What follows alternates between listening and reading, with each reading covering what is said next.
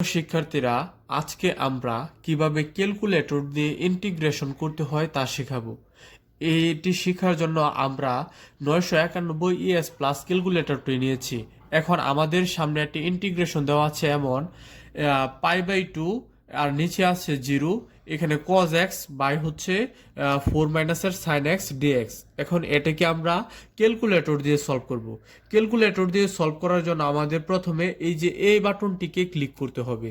এই বাটনটিতে ক্লিক করার পর এইখানে আমাদের যে রাশিটা আছে সেই রাশিটার মান বসাবো। তাহলে আমরা এখানে এই রাশিটা কিন্তু উপরে একটি রাশি আছে, নিচে একটি আছে, এই কারণে আমরা এই অপশনটি ব্যবহার করব। ব্যবহার করে এখন কজ লিখবো। প্রথমে এই যে এই বাটনটি হচ্ছে কজের, আমরা কজ দিলাম। তারপর এক্স আনার জন্য আমাদের যে কাজটি করতে হবে, এখানে আলফা আর এইখানে এই যে এই বাটনটি ক্লিক করতে হবে। এই যে কজ এক্স চলে এসেছে, এখন ফার্স্ট ব্র্যাকেট দিয়ে এটি বন্ধ করে দিলাম। এখন এই সাইড বাটনে ক্লিক করব। এই সাইড বাটনে ক্লিক করে নিচের যে রাশিটা আছে তা ইনপুট দেব। এখানে দেওয়া আছে 4 মাইনাসের সাইন এক্স, তাহলে 4 দিলাম, মাইনাস দিলাম।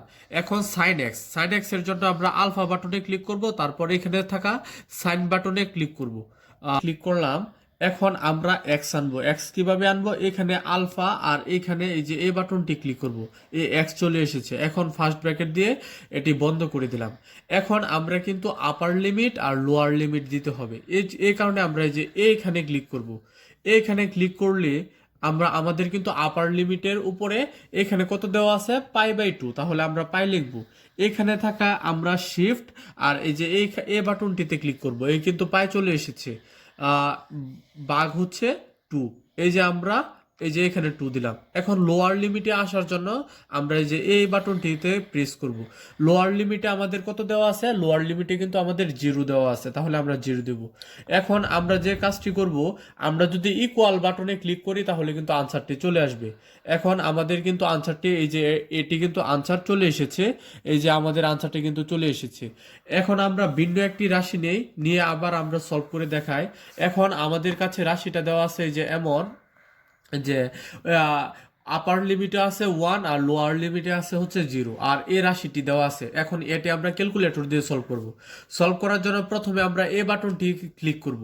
এই বাটনটি ক্লিক করার জন্য এই বাটনটি ক্লিক করার পর যে রাশিটি আছে তা আমরা লিখব। এখানে দেওয়া আছে 2x² প্লাসের 3x, তাহলে আমরা 2 লিখব। প্রথমে এক্স আনার জন্য আমরা যে কাজটি করব, আলফা এবং এই যে এখানে থাকা এক্স বাটনের ক্লিক করব। ক্লিক করার পর স্কোয়ার আছে, স্কোয়ারের জন্য আমরা এই অপশনটি ব্যবহার করব।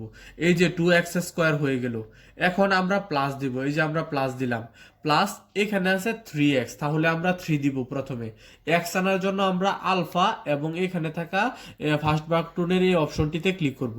এখন আমাদের কিন্তু এখানে রাশিটি লেখা হয়েছে। এখন আমরা আপার লিমিট দিব। আপার লিমিটে কত দেওয়া আছে, 1 দেওয়া আছে, আমরা 1-এ প্রেস করব।